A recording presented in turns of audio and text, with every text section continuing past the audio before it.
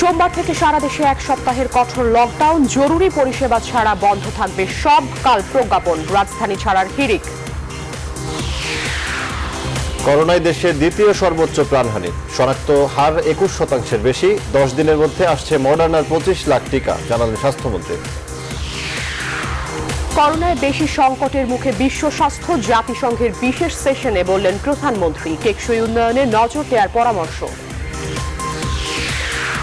কর্মসংস্থান বাড়াতে অপ্রদর্শিত অর্থ আবাসন ও উৎপাদনশীল খাতে বিনিয়োগের পরামর্শ। করোনাকালের অর্থনীতিতে প্রাণ সঞ্চারের আশা। অনিশ্চয়তার মধ্যে এইচএসসি শিক্ষার্থীদের পরীক্ষার ফর্ম পূরণের নির্দেশনা, উচ্চশিক্ষায় 1623 কোটি টাকার ঋণ দেবে বিশ্ব ব্যাংক। ভূমধ্যসাগর থেকে উদ্ধার 264 অভিবাসী বাংলাদেশি, নিয়ে যাওয়া হচ্ছে লিবিয়াতে। দেশে ফিরিয়ে আনতে চেষ্টা চলছে, জানালেন পররাষ্ট্রমন্ত্রী। এবং শনিবার ডিপিএল এ অলিখিত ফাইনাল, লড়বে আবাহনী ও প্রাইম ব্যাংক। দীর্ঘ বিরতির পর শুরু হচ্ছে বিপিএল ফুটবল, মাঠে নামছে বসুন্ধরা কিংস।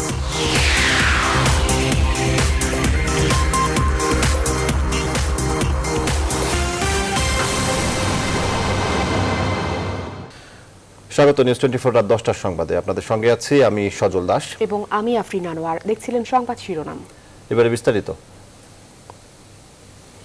করোনা সংক্রমণ রোধে আগামী সোমবার থেকে সারা দেশে কঠোর লকডাউনের ঘোষণা দিয়েছে সরকার।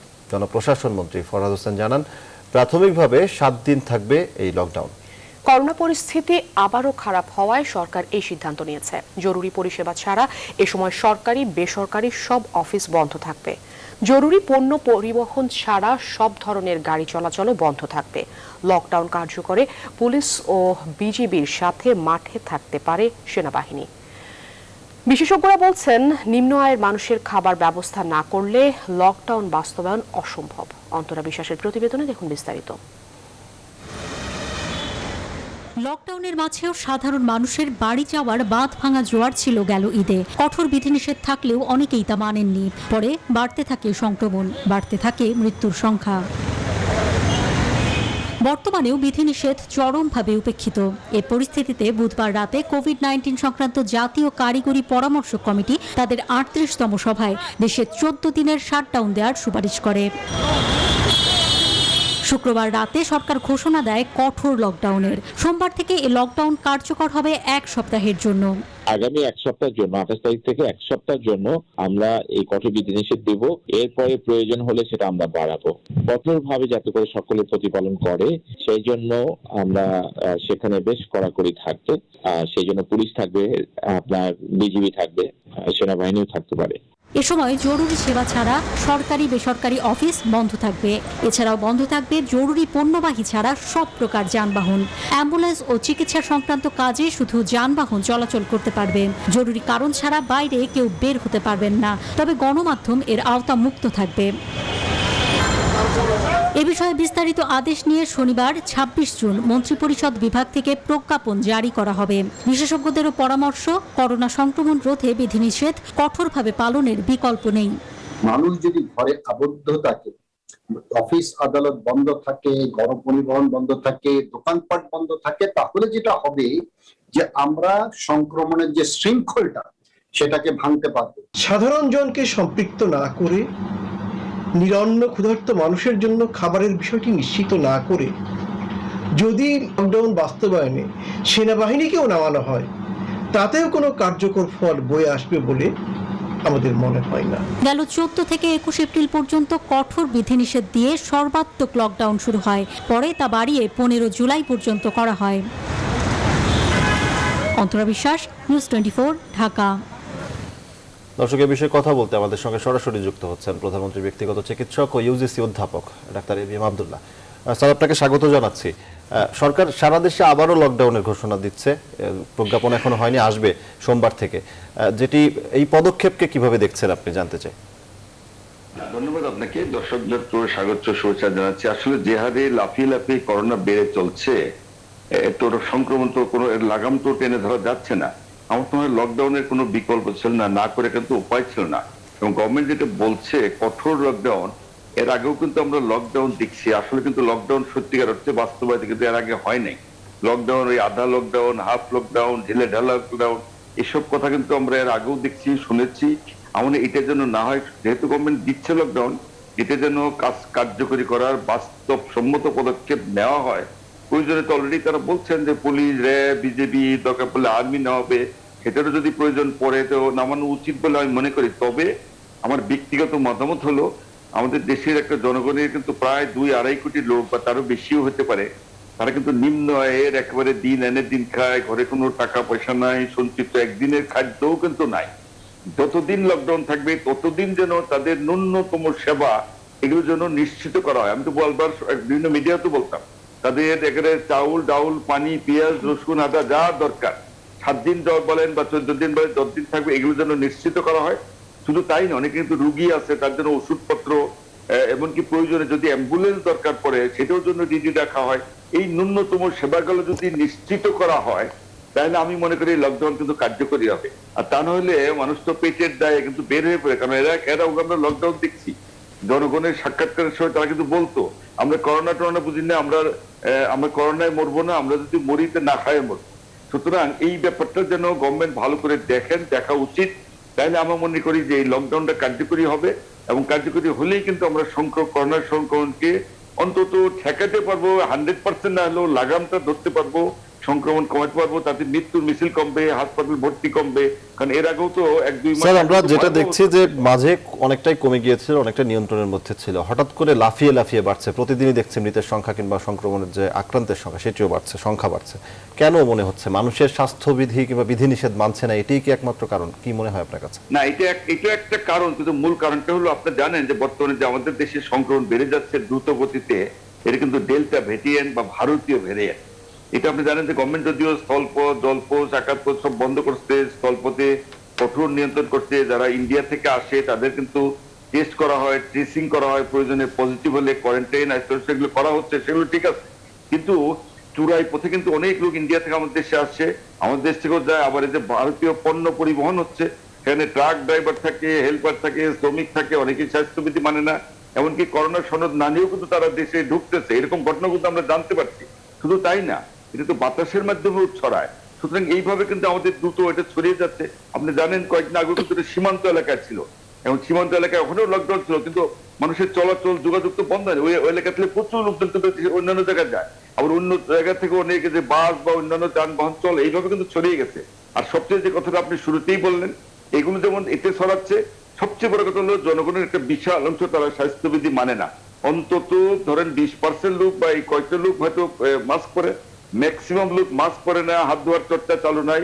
আর সবচেয়ে যেটা ডেঞ্জারাস সেটা হলো শারীরিক দূরত্ব, কিন্তু যেটা আমরা বলি বারবার কমপক্ষে 3 ফিট, এটা কিন্তু মেইনটেইন হচ্ছে। স্যার আপনাকে অসংখ্য ধন্যবাদ জানাচ্ছি স্যার, আপনার গুরুত্বপূর্ণ মতামতের জন্য রাতে সময় দিয়েছেন, অসংখ্য ধন্যবাদ আপনাকে স্যার।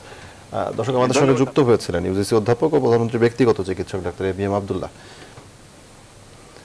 এবারে সরেজমিন পরিস্থিতি দেখতে চাই। লকডাউনের ঘোষণায় ঢাকা ছাড়ার হিড়িক বাড়ছে। বিস্তারিত জানাতে আব্দুল্লাহপুর থেকে সহকর্মী ফখরুল ইসলাম আমাদের সঙ্গে সরাসরি যুক্ত হচ্ছেন। ফখরুল, লকডাউনের ঘোষণা এসেছে, সোমবার থেকেই হয়তো কালকে প্রজ্ঞাপন জারি হতে পারে কিংবা প্রজ্ঞাপন আসতে পারে কালকে। কি অবস্থা দেখছেন? মানুষের ঢাকা ছাড়ার হিড়িক পড়েছে যেটি শোনা যাচ্ছে, সরেজমিন প্রেক্ষাপট জানতে চাই আপনার কাছ থেকে।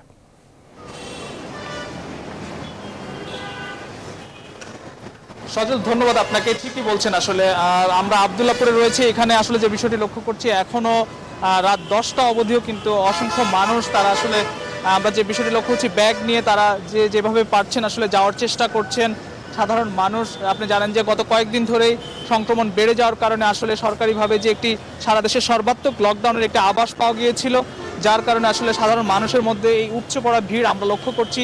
যে প্রবেশ রাজধানী ছাড়ার যে প্রবেশ মুখগুলো রয়েছে, অর্থাৎ সেই মুখগুলোতে আমরা এর আগে সন্ধ্যায় আমরা দেখিয়েছি যে গাবতলী এলাকায় সেখানে অসংখ্য মানুষ ট্রাকে, বাসে যেভাবে পারছেন উত্তরাঞ্চলের উদ্দেশ্যে রওনা করছেন।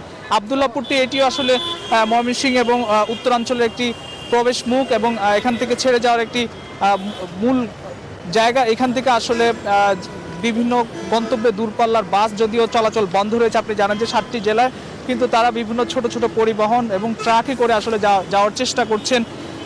অনেকে এসে অপেক্ষা করতে আমরা দেখেছি, তারা আসলে ব্যাগ নিয়ে তারা তাদের বাড়িতে যাওয়ার উদ্দেশ্যে তারা অপেক্ষা করছেন। একই সঙ্গে আপনাকে একটু বলতে চাই যে আজকে 7টি জেলায় যে লকডাউন চলছে সেখানে আমরা একটু আগে শুনছিলাম যে মানুষের মধ্যে স্বাস্থ্যবিধি উপেক্ষিত হওয়ার একটি প্রবণতা, সেটিও কিন্তু আমরা লক্ষ্য করছি।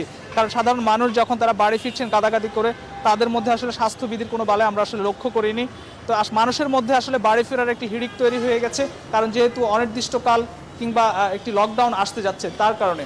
তো এই ছিল আমার কাছে আব্দুল্লাহপুর পয়েন্ট থেকে লকডাউনের সর্বশেষ খবর। ফখরুল, আপনাকে অসংখ্য ধন্যবাদ। সহকর্মী ফখরুল ইসলাম আব্দুল্লাহপুর এলাকা থেকে জানাচ্ছিলেন লকডাউনের ঘোষণায় মানুষের এরই মধ্যে বাড়ি ফেরার হিড়িক পড়েছে কিংবা ঢাকা ছাড়ার হিড়িক পড়েছে, জানাচ্ছিলেন এ বিষয়ে। এদিকে দেশে 24 ঘন্টায় করোনা ভাইরাসে 108 জনের মৃত্যু হয়েছে। গেল বছরের মার্চে করোনা সংক্রমণ শুরুর পর এটি একদিনে দ্বিতীয় সর্বোচ্চ মৃত্যুর ঘটনা। এর থেকে বেশি মৃত্যু হয়েছিল গেল 19 এপ্রিল, সেদিন মারা যান 112 জন। বৃহস্পতিবার বিকেলে স্বাস্থ্য অধিদপ্তরের সংবাদ বিজ্ঞপ্তিতে এসব তথ্য জানানো হয়েছে। 24 ঘন্টায় করোনা শনাক্ত হয়েছে 5869 জনের। মোট 27653 জনের নমুনা পরীক্ষা করা হয়। পরীক্ষার বিপরীতে রোগী শনাক্তের হার দাঁড়িয়েছে 21.22। 69 দিনের মধ্যে এটি সর্বোচ্চ শনাক্তের হার।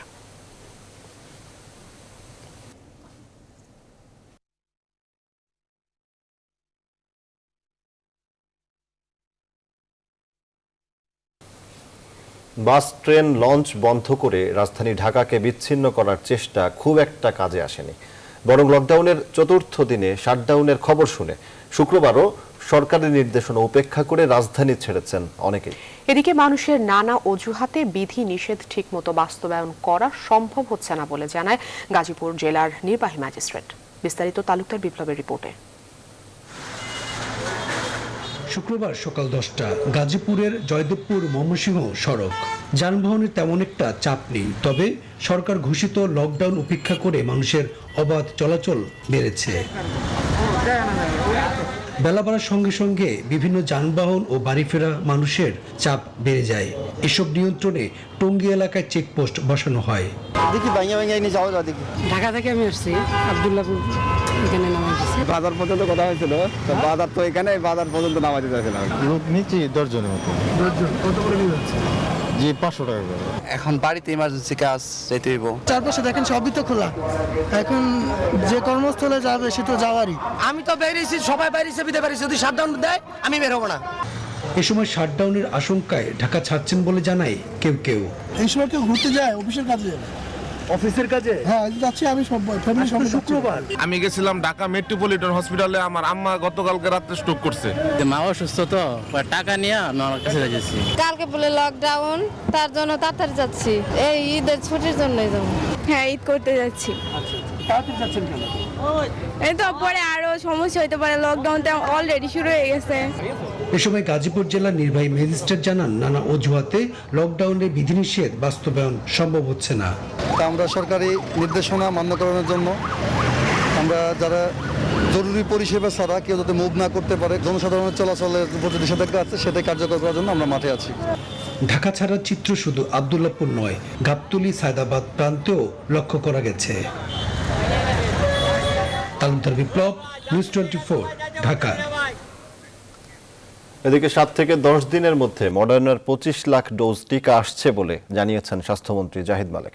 তিনি জানিয়েছেন, কোভ্যাক্স থেকে এই সংক্রান্ত চিঠি স্বাস্থ্য মন্ত্রণালয় পেয়েছে। এই টিকা সংরক্ষণে প্রয়োজনীয় নির্দেশনাও দেওয়া হয়েছে। এই সময়ের মধ্যে চীন থেকেও টিকা পাওয়া আশা করছেন বলে জানিয়েছেন স্বাস্থ্যমন্ত্রী। 25 লক্ষ মডার্না ভ্যাকসিন আগামী 7-10 দিনের মধ্যে, এটা আমরা এই খবরটা পেয়েছি এবং আমরা তার জন্য যা যা ব্যবস্থা করা সেই ব্যবস্থা গ্রহণ করার জন্য বলে দিয়েছি এবং তাদের অনুমোদন তারা আমাদের কাছে চেয়েছিল, অনুমোদন আমি দিয়ে দিতে বলেছি। চীন থেকে কিছু ভ্যাকসিন আমরা পাওয়ার আশা করছি। প্রধানমন্ত্রী শেখ হাসিনা বলেছেন, কোভিড-19 মহামারীর কারণে বিশ্ব স্বাস্থ্য আজ সবচেয়ে বেশি সংকটের মুখোমুখি। মহামারীর এই সময়ে ব্যাপক অর্থনৈতিক এবং সামাজিক ক্ষতির কারণে টেকসই উন্নয়ন অগ্রগতি কমে গেছে। এজন্য টেকসই উন্নয়নের বিকল্প নেই। জাতিসংঘের 5ম থিমেটিক সেশনে দেওয়া ভিডিও বার্তায় তিনি এসব কথা বলেন। We are confronting the gravest global health crisis of our times due to the COVID-19 pandemic. The enormous economic and social disruption caused by the pandemic has slowed down the progress for sustainable development. Growing scarcity of clean drinking water, outbreak of diseases like cholera, typhoid, etc., reminds us of crucial need of water for peace and development. করোনাকালে দেশের অর্থনীতিতে প্রাণ সঞ্চার এবং কর্মসংস্থানের প্রবাহ বাড়াতে অপ্রদর্শিত অর্থ আবাসন ও শেয়ার বাজার ও উৎপাদনশীল নানা খাতে বিনিয়োগের পরামর্শ দিয়েছেন ব্যবসায়ীরা। তাদের মতে অপ্রদর্শিত অর্থ অর্থনৈতিক অঞ্চল ও শিল্প খাতে বিনিয়োগ হলে দেশ থেকে টাকা পাচার কমে আসবে, বাড়বে কর্মসংস্থানের সুযোগ। তবে এক্ষেত্রে যুগ যুগ ধরে নয়, সময় বেঁধে তা সুনির্দিষ্ট করা যেতে পারে বলে মত উদ্যোক্তা এবং বিশ্লেষকদের। বিস্তারিত জানাচ্ছেন বাবু কামরুজ্জামান। 2021-22 অর্থ বছরের প্রস্তাবিত বাজেটে কালো টাকা সাদা করার সুযোগ দেওয়ার বিষয়ে নতুন করে কোনো ঘোষণা দেননি অর্থমন্ত্রী আহম মুস্তফা কামাল। তবে আয়কর অধ্যাদেশের 19 ধারা অনুযায়ী এনবিআরের কয়েকটি শর্ত মেনে এবং নির্দিষ্ট পরিমাণ কর ও জরিমানা দিয়ে কালো টাকা বা অপ্রদর্শিত অর্থ সাদা করা যাবে। অপ্রদর্শিত অর্থ উৎপাদনশীল খাতে বিনিয়োগ করা গেলে অর্থনীতিতে চাঙ্গা ভাব থাকবে এবং অর্থ পাচার কমে আসবে বলে মনে করছেন অনেক ব্যবসায়ীরা। তবে ঢালাওভাবে সারা জীবনের জন্য নয়, বরং নির্দিষ্ট সময় নির্ধারণের কথা বলছে এফবিসিসিআই। আর আবাসন ব্যবসায়ীদের সংগঠন রিহেব বলছে, মহামারীর এই সময়ে এই সুযোগ অব্যাহত থাকলে কমবে মুদ্রা পাচার। আগামী অর্থ বছরে যদি সেই সুযোগ রাখা হয়, তাহলে অবশ্যই এর বহুগুণ টাকা আমাদের অর্থনীতিতে ফেরত আসবে, যাতে আমাদের দেশ থেকে টাকাগুলো পাচার হয়ে না যায়। এই যে 15,000 কোটি টাকা আমাদের অর্থনীতিতে বিনিয়োগ হয়েছে, এই টাকাগুলো যদি বিনিয়োগ হওয়ার সুযোগ না হতো, তাহলে কিন্তু এই টাকাগুলো বিদেশে চলে যেত। ইকোনমিক জোনস গুলো আসছে, অনেকগুলো অ্যাভিনিউজ আসছে, বড় বড় অবকাঠামো হচ্ছে। এটা সুনির্দিষ্ট একটা সময়ের জন্য কোনো উৎপাদনশীল খাতে এই টাকাটা যদি ব্যয় করেন, তাহলে দেশের উপকার হয়, অর্থনীতি চাঙ্গা হয় এবং একই সঙ্গে কর্মসংস্থানও হয়। হিসাব বলছে, এখন পর্যন্ত অপ্রদর্শিত প্রায় 14,000 কোটি টাকা অর্থনীতির মূল স্রোতধারায় এসেছে, যেখান থেকে সরকার রাজস্ব পেয়েছে প্রায় 1,500 কোটি টাকা। কালো টাকা নিয়ে নানা মতবিরোধ থাকলেও বৈধ উপায়ে আয় করেছেন, কিন্তু কর দেয়নি। এমন অপ্রদর্শিত অর্থ কর পরিশোধ সাপেক্ষে কেউ বিনিয়োগ করতে চাইলে তা বিবেচনার কথা বলছেন সাবেক তত্ত্বাবধায়ক সরকারের এই উপদেষ্টা। তোমার একটা অ্যাপার্টমেন্ট আছে, বিক্রি করেছো, রেজিস্ট্রেশন কস্ট ইজ হাই, সুতরাং তোমার দাম কম দেখাচ্ছে। বৈধভাবে উপার্জিত, কিন্তু টাকার অঙ্কটা যেটা ঘোষণা দেওয়া হচ্ছে সেটা আন্ডার স্টেটমেন্ট হচ্ছে। এইরকম কিছু ক্ষেত্রে হলে সেটাও সে একটা সীমা দেওয়া উচিত। আর এবং সেখানেও এই বছরের অ্যাপ্লিকেবল ট্যাক্স রেট এবং তার উপরে কিছু জরিমানা নিয়ে দেওয়া উচিত। মহামারীর এই সময়ে শিল্প, স্বাস্থ্যসহ অর্থনীতির নানা খাতে অপ্রদর্শিত অর্থ নিয়োগের সুযোগ অব্যাহত থাকলে বিনিয়োগ ও কর্মসংস্থানে গতি বাড়বে বলে মত ব্যবসায়ীদের। বাবু কামরুজ্জামান, নিউজ 24, ঢাকা। করোনাকালে পরীক্ষা নিয়ে অনিশ্চয়তার মধ্যেই উচ্চ মাধ্যমিকের শিক্ষার্থীদের ফর্ম পূরণের নির্দেশনা দিয়েছে ঢাকা শিক্ষা বোর্ড। শিক্ষা বোর্ডের বিজ্ঞপ্তিতে শুক্রবার জানানো হয়, আগামী 29 জুন থেকে 11 জুলাইয়ের মধ্যে স্বাস্থ্যবিধি মেনে ফর্ম পূরণ করতে হবে। শিক্ষার্থীদের সংখ্যা জানার জন্য শিক্ষার্থীদের ফর্ম পূরণের নির্দেশনা দেওয়া হয়েছে বলে জানিয়েছেন ঢাকা শিক্ষা বোর্ডের চেয়ারম্যান অধ্যাপক নিহাল আহমেদ। পরিস্থিতি খারাপ দিকে গেলে সময় বাড়ানো হবে, তবে বোর্ড নির্ধারিত ফির বাইরে কোনো শিক্ষা প্রতিষ্ঠান অতিরিক্ত অর্থ গ্রহণ করলে কঠোর শাস্তির হুঁশিয়ারিও দেন বোর্ড চেয়ারম্যান। মহামারীর কারণে গেল বছরের 17 মার্চ থেকে দেশের সব স্কুল কলেজ বন্ধ রয়েছে। ছাত্রদের কারা পরীক্ষার্থী তাদের তথ্যগুলো জানার জন্য কিন্তু আমাদের ফর্ম ফিল আপটা দেওয়া হচ্ছে। ফর্ম ফিল আপ না হলে তো আমরা বুঝবো না আমাদের কতজন পরীক্ষার্থীর জন্য আমাদের সার্টিফিকেট তৈরি করতে হবে, প্রশ্নপত্র তৈরি করতে হবে, এবং শাটডাউনের কথাও শোনা যাচ্ছে। যদি সেটা হয়, আমরা পরবর্তী সব বাড়িয়ে দিব সময়। ফর্ম ফিল আপে আমরা বোর্ড নির্ধারিত যে টাকা উল্লেখ করা আছে, এর বাইরে কোন শিক্ষা প্রতিষ্ঠান যদি নেওয়ার চেষ্টা করে, তাহলে সেই শিক্ষা প্রতিষ্ঠানের বিরুদ্ধে আমরা কঠোরতম ব্যবস্থা নেব। বাংলাদেশের উচ্চ শিক্ষা খাতের উন্নতি ও কোভিড-19 মোকাবিলার সামর্থ্য বাড়াতে $19.1 কোটি ঋণ অনুমোদন করেছে বিশ্ব ব্যাংকের নির্বাহী পরিচালকদের পরিষদ। বাংলাদেশি মুদ্রায় যার পরিমাণ 1,623 কোটি টাকা। শুক্রবার বিশ্ব ব্যাংকের ঢাকা অফিস থেকে পাঠানো এক প্রেস বিজ্ঞপ্তিতে এই তথ্য জানানো হয়। এছাড়া আফগানিস্তানের জন্য $18 মিলিয়ন অনুদান অনুমোদন করেছে বিশ্ব ব্যাংক। বাংলাদেশ ও ভুটানে নিযুক্ত বিশ্ব ব্যাংকের কান্ট্রি ডিরেক্টর বলেন, সামগ্রিক ভবিষ্যতের জন্য উক্ত শিক্ষা জরুরি, এর কোনো বিকল্প নেই।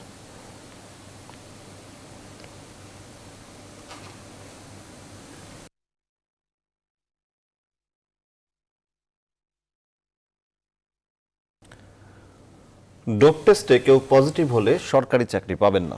স্বরাষ্ট্রমন্ত্রী আসাদুজ্জামান খান কামাল শুক্রবার সকালে ঢাকা রিপোর্টার্স ইউনিটির সাগররণী মিলনায়তনে এক আলোচনা সভায় অনলাইনে যুক্ত হয়ে কথা বলেন। মাদকদ্রব্যের অপব্যবহার ও অবৈধ পাচার বিরোধী আন্তর্জাতিক দিবস উপলক্ষে এই আলোচনার আয়োজন করা হয়। মন্ত্রী বলেন, প্রধানমন্ত্রী অনুমোদন দিয়েছেন, সরকারি চাকরি পেতে হলে সবাইকে ডোপ টেস্টের আওতায় আসতে হবে। এছাড়া যারা সরকারি চাকরিতে যোগদান করেছেন তাদেরও ডোপ টেস্ট করাতে হবে।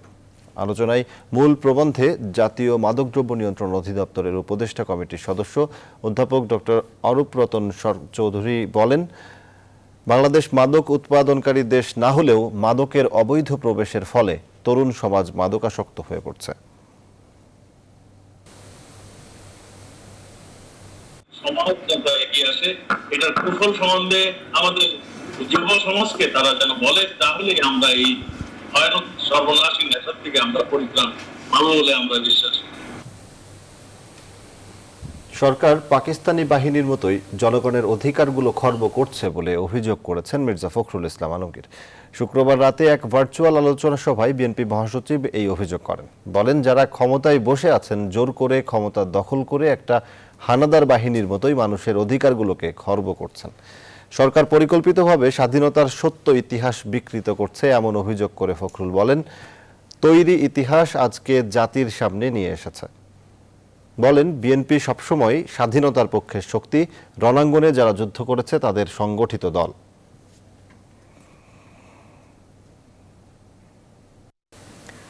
সরকার এতদিন করোনা সংক্রমণ নিয়ে সঠিক পরিসংখ্যান প্রকাশ না করায় বহির্বিশ্ব থেকে টিকা আসছে না বলে মন্তব্য করেছেন নাগরিক ঐক্যের আহ্বায়ক মাহমুদুর রহমান মান্না।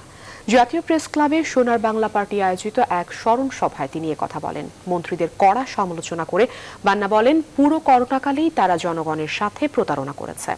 সাধারণ খেটে খাওয়া মানুষের পাশে না দাঁড়িয়ে নতুন দরিদ্রের সৃষ্টি করেছে আর 5,000 নতুন কোটিপতির জন্ম দিয়েছে। 3 লক্ষ চুক্তি করবার পরেই তাদের কাছে বলছি যে না, বাইরেরটা লাগবে না। চীন বললো আমরা একটু পরীক্ষা করবো, এখানে করতে দিল না। রাশিয়ার সাথে কথা আবার দিল না। কোন ধান্দায় ছিল তারা, বলেন তো? টিকা নাই কেন? এখনো কত বড় 420 এরা টিভিতে বলে, অন্য জায়গাতে বলছে যে জুলাই মাস থেকে আমরা টিকা কার্যক্রম শুরু করবো। তোর কাছে আছে টিকা? দিয়েছে কেউ? আনতে পেরেছে? কয়দিন বসেছিল ওইখানে আমাদের ফরেন মিনিস্টার, দেখেছেন না? আমেরিকান ফরেন মিনিস্টার তার সাথে দেখাই করেনি। করোনাকালেও থেমে নেই সাগর পথে ইউরোপ পাড়ি। ভূমধ্যসাগর থেকে ভাসমান অবস্থায় 264 অভিবাসী বাংলাদেশিকে উদ্ধার করেছে তিউনিসিয়ার কোস্টগার্ড। উদ্ধার হওয়া বাংলাদেশিদের দেশে ফিরিয়ে আনতে সরকার চেষ্টা শুরু করেছে বলে নিউজ 24-কে জানিয়েছেন পররাষ্ট্রমন্ত্রী ডক্টর একে আব্দুল মোমেন। মাসুদ দানার ডেস্ক রিপোর্টে বিস্তারিত। সাগর পথ দিয়ে গন্তব্যে যাওয়ার সম্ভাবনা খুবই কম, তবুও মানুষের ভাগ্য পরিবর্তনের আশায় ভূমধ্যসাগর জয় করার চেষ্টা চালিয়ে যাচ্ছেন। লিবিয়া থেকে ভূমধ্যসাগর হয়ে অবৈধ পথে ইউরোপ যাওয়ার সময় বৃহস্পতিবার 267 জন ইউরোপগামী অভিবাসীকে উদ্ধার করেছে তিউনিসিয়া কোস্টগার্ড, যাদের মধ্যে 264 জনই বাংলাদেশি। বাংলাদেশি ছাড়াও বাকি 3 জন মিশরের নাগরিক বলে তথ্য পাওয়া গেছে। অবৈধভাবে ভ্রমণের সময় নৌকা ক্ষতিগ্রস্ত হলে সাগরে ভাসছিলেন তারা। পরে উদ্ধার করা হয় তাদের। উদ্ধারকৃতদের তিউনিসিয়ার জেব্রা দ্বীপের একটি হোটেলে কোয়ারেন্টাইনে রাখা হয়েছে, যাদের দেশে ফিরিয়ে আনতে এরই মাঝে তৎপরতা শুরু করেছে বাংলাদেশের পররাষ্ট্র মন্ত্রণালয়। 267 জনের মধ্যে 264 নেই বাংলাদেশ। আর এর কয়েকদিন আগে এই গত সপ্তাহে পাওয়া গেছে কত জানি 100 কত, এর মধ্যে বোধহয় 66 বাংলাদেশি, অর্ধেকের বেশি। ওনারা যেখানে আছেন সেইখান থেকে তারা এখন আরেকটা শহরে নিয়ে যাচ্ছে, স্পিরিট ফায়ার ফ্রম ট্রিপলি। বায়োমে কন্ট্যাক্ট করা হয়েছে, দে উইল, এবং আমাদের অফিসার 2 জন যাচ্ছে ওদের ইন্টারভিউ নেবে এবং ওদের সাথে আলাপ করবে, তারপরে আমরা দেখবো এদের কেমনে দেশে পাঠানো যায়। আগে যেভাবে আমরা সবাইকে নিয়ে আসি। IOM এর তথ্য অনুযায়ী লিবিয়া থেকে ভূমধ্যসাগর হয়ে অবৈধভাবে ইউরোপে প্রবেশের চেষ্টাকালে 2021-এর জানুয়ারি থেকে তিউনিসিয়ায় 1000-এর বেশি অভিবাসীকে আটক করা হয়েছে। দিনে দিনে এই সংখ্যা বাড়ছেই। আর নিশ্চিত বিপদ জেনেও এক শ্রেণীর মানুষ বারবার পা বাড়াচ্ছেন এই মৃত্যুকূপে। এবছর 21 জুন পর্যন্ত অবৈধভাবে ইউরোপ যাত্রার সময় অন্তত 810 জন অভিবাসী প্রাণ হারিয়েছে। মাসুদ রানা, নিউজ 24। হাতে কাজ নেই, নিত্যপণ্যের দামও ঊর্ধ্বমুখী। করোনার এই মহা সংকটকালে বসুন্ধরার খাদ্য সহায়তা হাতে পেয়ে লালমনিরহাটের অসহায় হতদরিদ্র মানুষের মুখে হাসি ফুটেছে। কালের কণ্ঠ শুভ সংঘের আয়োজনে খাদ্য সহায়তা কর্মসূচির তৃতীয় দিনে শুক্রবার লালমনিরহাটে 6 শতাধিক অসহায় মানুষের হাতে তুলে দেওয়া হয় খাদ্য সামগ্রী। রেজাউল করিম মানিকের তথ্য চিত্রে ডেস্ক রিপোর্ট। কালের কণ্ঠ শুভ সংঘের আয়োজনে খাদ্য সহায়তা কর্মসূচির তৃতীয় দিনে শুক্রবার লালমনিরহাটের 600 দুস্থ অসহায় মানুষের হাতে তুলে দেওয়া হয় খাদ্য সামগ্রী। এর মধ্যে ছিল 10 কেজি চাল, 2 কেজি আটা, 2 কেজি ডাল ও 1 লিটার সয়াবিন তেল। করোনার এই মহাসংকটে খাদ্য সহায়তা হাতে পেয়ে খুশি জেলার গরিব মানুষেরা। এ সময় তো কোনো কাজ কাম নাই, বসুন্ধরা এই ত্রাণটা দিল, ত্রাণটা দেওয়াতে গরিবের আমাদের খুব উপকার হলো। আমাদের কাজ কাম নাই, আমরা খাইতে পারি না। এখন আমরা বসুন্ধরা থাকি, আমাদের কয়েকদিন চাউল দিলে এইটি আমরা কয়েকদিন আমরা খাইতে পারবো। ত্রাণটা দেওয়াতে আমরা খুবই খুশি, আল্লাহ জানে ভালো ভালো। এখন এই ত্রাণ পেয়ে আমরা আরো ধন্যবাদ তোমাকে জানাই। ত্রাণ বিতরণ কর্মসূচির সূচনা করেন লালমনিরহাটের জেলা প্রশাসক আবু জাফর। এ সময় তিনি বসুন্ধরা গ্রুপের এই মানবিক উদ্যোগের প্রশংসা করেন। একটা মহাযুদ্ধ, আমি এই উদ্যোগকে স্বাগত জানাই এবং আশা করি তাদের এই উদ্যোগ অব্যাহত থাকবে। শুক্রবার দুপুরে জেলার কালীগঞ্জ উপজেলার চাপারহাট ডিগ্রি কলেজে বিতরণ করা হয় এই ত্রাণ। এ সময় আরো উপস্থিত ছিলেন কালীগঞ্জ উপজেলা নির্বাহী কর্মকর্তা আব্দুল মান্নান, উপজেলা চেয়ারম্যান মাহবুবুজ্জামান আহমেদ, কালের কণ্ঠের রংপুর ব্যুরো প্রধান স্বপন চৌধুরী, সিনিয়র সাংবাদিক AKM মইনুল হক সহ এলাকার গণ্যমান্য ব্যক্তিরা। Desk report, news 24। জাল রেভিনিউ স্ট্যাম্প ও কোর্ট ফি প্রস্তুতকারী সিন্ডিকেটের মূল হোতা সহ 4 জনকে গ্রেফতার করেছে ঢাকা মেট্রোপলিটন পুলিশের গোয়েন্দা, সাইবার ও ক্রাইম বিভাগ। তাদের ঢাকা ও নারায়ণগঞ্জ জেলার বিভিন্ন এলাকা হতে গ্রেফতার করা হয়। রিমান্ডে এনে তাদের কাছ থেকে গুরুত্বপূর্ণ তথ্য সংগ্রহের চেষ্টা করছে পুলিশ। বিস্তারিত মাসুদ আলাবনের রিপোর্টে। 20,02,24,000 টাকা মূল্যের 13,40,000 জাল রেভিনিউ স্ট্যাম্প, 1,94,800 টাকা মূল্যের 19,480টি জাল কোর্ট ফি, জাল রেভিনিউ স্ট্যাম্প বিক্রির নগদ 3,60,00,000 টাকা সহ 4 জনকে গ্রেফতার করেছে পুলিশের গোয়েন্দা, সাইবার ও ক্রাইম বিভাগ। শুক্রবার দুপুরে ডিএমপির মিডিয়া সেন্টারে সংবাদ সম্মেলনে বিস্তারিত জানানো হয়। ডিবির প্রধান AKM হাফিজ আক্তার বলেন, তাদের রিমান্ডে নিয়ে আরো বিস্তারিত তথ্য সংগ্রহ করা হবে। স্ট্যাম্পের ক্ষেত্রে কিন্তু অফিস টু অফিসে যায়, সেটা এটা রেখে দেয়, বাট এটা মূল এটা হলো সরকারি রাজস্ব স্ট্যাম্প, যেটা হলো সরকারি রাজস্ব হারাচ্ছে ব্যাপক হারে। এই 4 প্রতারককে গ্রেফতারের সময় আরো জব্দ করা হয় বাংলাদেশ ডাক বিভাগের রসিদের কপি 300 পাতা, একটি বড় প্রেস মেশিন, 2টি cutting machine, die cutting machine, স্বর্ণালঙ্কার সহ আরো বিভিন্ন সরঞ্জাম। অবিকল মনে হয় যে দৃশ্যমানের যখন মনে হয় যে তখন এটা মনে হয় যে কাছাকাছি, কিন্তু এই দুটো ইউভি রে মেশিন ব্যবহার করা এবং ইউভি মেশিনের নিচে ধরলে জিওবিটা জলজল করে, আসরটা নকলটাই করবে না। আর আরেকটা হচ্ছে কালো কালো রেখা দৃশ্যমান হয়, নকল স্ট্যাম্পের ক্ষেত্রে কালো কালো রেখা দৃশ্যমান হয় না। কাজ করে যাচ্ছে। 24 ও 25 জুন ধারাবাহিক অভিযান চালিয়ে তাদের গ্রেফতার করা হয়। এই ঘটনায় মামলা হয়েছে মতিঝিল থানায়। স্ট্যাম্প ব্যবহার করা হয়। মাসুদ আলাবনী, নিউজ 24, ঢাকা। খেয়াল করে না। এবার ফার্স্ট সিকিউরিটি ইসলামী ব্যাংক অর্থ বাণিজ্যের সংবাদ।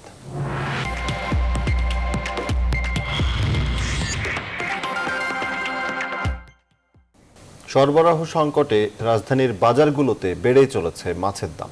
পাশাপাশি বৃষ্টি আর লকডাউনের অজুহাতে সপ্তাহের ব্যবধানে কেজি প্রতি 10 থেকে 20 টাকা পর্যন্ত বেড়েছে বিভিন্ন প্রকার সবজির দামও। তবে নতুন করে বাড়েনি সয়াবিন তেল কিংবা মশলার দাম। ক্রেতারা বলছেন সামনে কোরবানির ঈদ, তাই এখন থেকেই বাজার মনিটরিং বাড়ানোর কোনো বিকল্প নেই।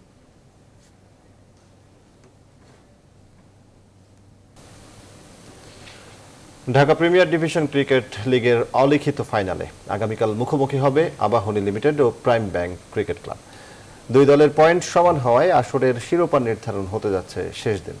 নানা সমীকরণ নিয়ে ম্যাচের আগেই উত্তেজনা বিরাজ করছে মাঠের বাইরেও। মিরপুরের শেরেবাংলায় আবাহনী প্রাইম ব্যাংক ম্যাচ শুরু হবে দুপুর 2টায়। এবার দেশের ফুটবলের খবর। দীর্ঘ 44 দিনের বিরতির পর শনিবার থেকে আবারও মাঠে ফিরছে Bangladesh premier league football. Bangabandhu জাতীয় স্টেডিয়ামে বিকেল 5টায় রহমতগঞ্জের বিপক্ষে লড়বে টেবিল টপার বসুন্ধরা কিংস। 15 ম্যাচে 43 পয়েন্ট পাওয়া বসুন্ধরা কিংসের লক্ষ্য জয়ের ধারাবাহিকতা বজায় রাখা। অপরদিকে আন্ডারডগ হিসেবে এই ম্যাচে কিংসের রুখে দেওয়ার লক্ষ্যেই মাঠে নামবে রহমতগঞ্জ মুসলিম ফ্রেন্ডস সোসাইটি। মাহফুজুল ইসলামের রিপোর্ট। কোভিড বাস্তবতায় টালমাটাল ফুটবল সূচি, তার উপর এই বঙ্গবন্ধু স্টেডিয়ামে দিন কয়েক পরেই শুরু হবে সংস্কার কাজ। মূল মাঠের কাজ শুরুর আগে তাই লিগ শেষ করার চ্যালেঞ্জ বাফুফের সামনে। বিশ্বকাপ বাছাই সহ নানান ব্যস্ততায় 44 দিনের বিরতির পর আবারও শুরু হচ্ছে ক্লাব ফুটবলের দামামা। বসুন্ধরা কিংসের প্রতিপক্ষ রহমতগঞ্জ, যাদের বিপক্ষে অতীত ও সাম্প্রতিক সকল পরিসংখ্যান টেবিল টপারদের পক্ষে। টেবিলে অপ্রতিরোধ্য অস্কার ব্রুজনের বসুন্ধরা কিংস চাইবে ধরে রাখতে জয়ের ধারা। নামের পাশে কিংসের 15 ম্যাচে 43 পয়েন্ট। দলের সব ফুটবলার আছেন বেশ ভালো অবস্থানে। আন্তর্জাতিক ব্যস্ততার পর তপু, জিকো, সুফিল, তারেক কাজিরা বেশ ফুরফুরে মেজাজে। চলতি লিগে হারের দেখা নেই কিংসদের। নতুন শুরুর আগে এটি দলের জন্য বাড়তি অনুপ্রেরণা।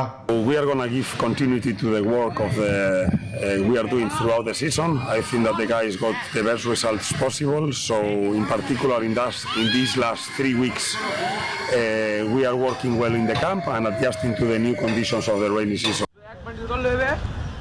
এদিকে শক্তিশালী প্রতিপক্ষের বিপক্ষে মাঠে নামার আগে বড় কোনো প্রত্যাশা রাখতে চান না রহমতগঞ্জ কোচ গোলাম জিলানী। দলে নেই কোনো ইনজুরি সমস্যা, ফিট আছেন দলের 4 বিদেশি সহ সকল ফুটবলার।